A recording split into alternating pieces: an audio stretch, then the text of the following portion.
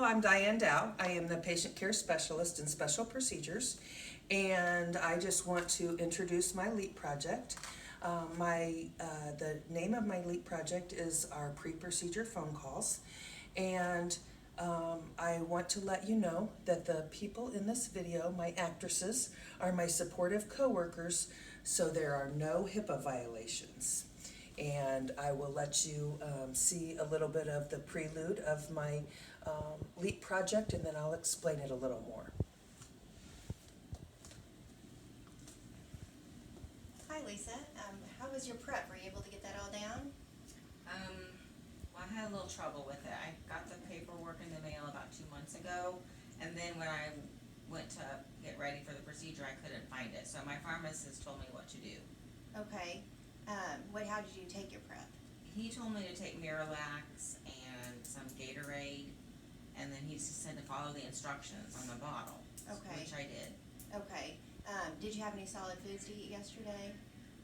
I ate breakfast, and then I had cheeseburger for lunch, and then I started my prep about 1. Okay.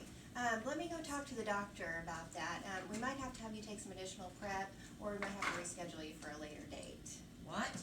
Yeah. I took a day off work, and this has been scheduled for 2 months. I know. Let me go talk to the doctor and see what we can do for you, okay? Okay. So this is what was happening before we decided to try to get in contact with the patients before their procedures. What was going on was that the office was sending the prep packets out about 2 to 3 months ahead of time whenever they were scheduling the patient for the procedure. So by the time, and then the patient didn't have any contact with the office until the automated phone call a couple of days before the procedure, and then they were showing up.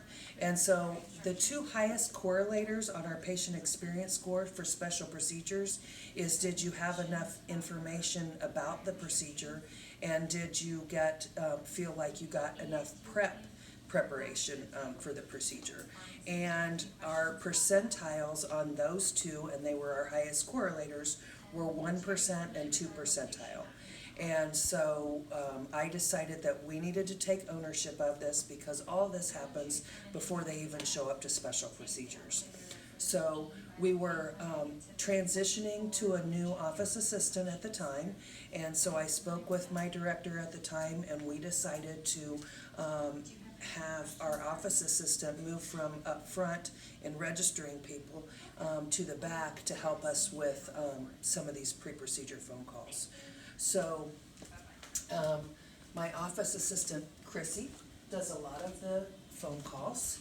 She, now what we are doing is we implemented that the gastroenterology office will send the prep packets out 2 weeks ahead of time, and then Chrissy and some of my other staff will call the patients 1 week ahead of time, make sure they got their prep packet, make sure they understand where to go, when to come in, what doors to come in, where to park, go over their prep with them, make sure they don't have any questions, and just reach out to them basically and remind them. That also helps with those no-show visits that people were even forgetting that they had the visit.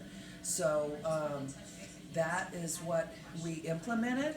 And just in 2 months, from before we implemented that till after we implemented that, our did you get enough information for your procedure went from 1 percentile to 87 percentile, and do you feel like you had enough of the prep information went from 2 percentile to 65 percentile. So I think it really made a difference, and that's my LEAP project.